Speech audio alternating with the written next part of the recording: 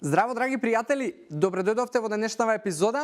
Моето име е Јосиф Дамјанов и денеска зборувам на една тема која што повторно ме доинспирираше вчерашната тема за која што зборувавме за детокс, она што сакам денеска да позборувам и да решам одредени митови е дали реално одредени продукти или не знам диети базирани на внес зголемен на одредени продукти ќе може да ви помогне во согрувањето на масти. Затоа што многу често кога се среќавам со луѓе знаат да гордо потенцираат одреден факт дека јас сега кога станувам на сабајле пијам топла вода со ѓумбир и лимон.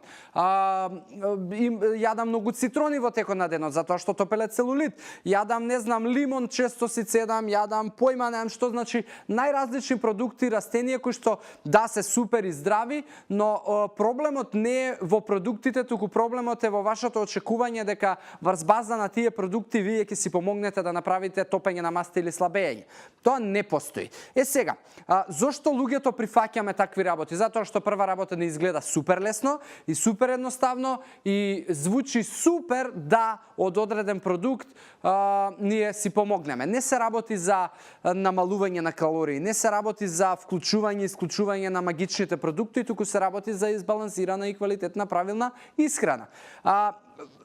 Ако некој од вас очекува дека можеби со тоа што од сабајле ќе пие топла вода со ѓумбир и лимон ќе помогне процесот на топење на масти, се лаже. Тоа е супер здраво, носи антиоксиданси, носи хидрација, носи можеби некои витамини, минерал, но тоа не е доволно за да стопите вие масти. Ако јадете можеби цитрони кои што имаат витамин С и кои што можеби се како познати како топачи на целулити масти, не постои таква нешто и тоа е многу погрешно.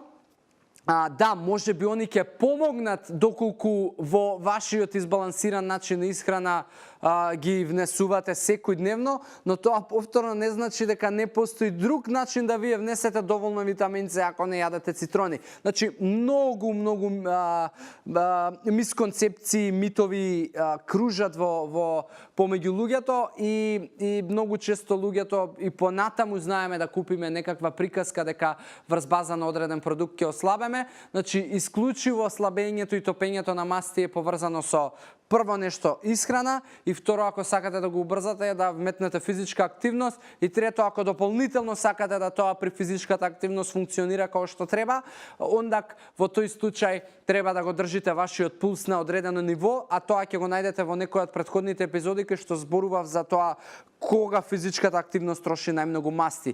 Не подлегнувајте луѓе на диети, не подлегнувајте на продукти за топење на масти, не подлегнувајте на третмани за топење на масти и слабење, на антицелулитни масажи. Тоа е се фасада и 5% од можеби процесот кој што 95% го сочинуваат вашите секојдневни добри навики на дол крок, а не еден месец диети, третмани, апчиња и продукти кои што ќе ви помогнат да вие направите нешто многу погрешно и немојте никогаш повеќе да се лажете, да поверувате и да купите некоја приказка која што наликува нешто ова.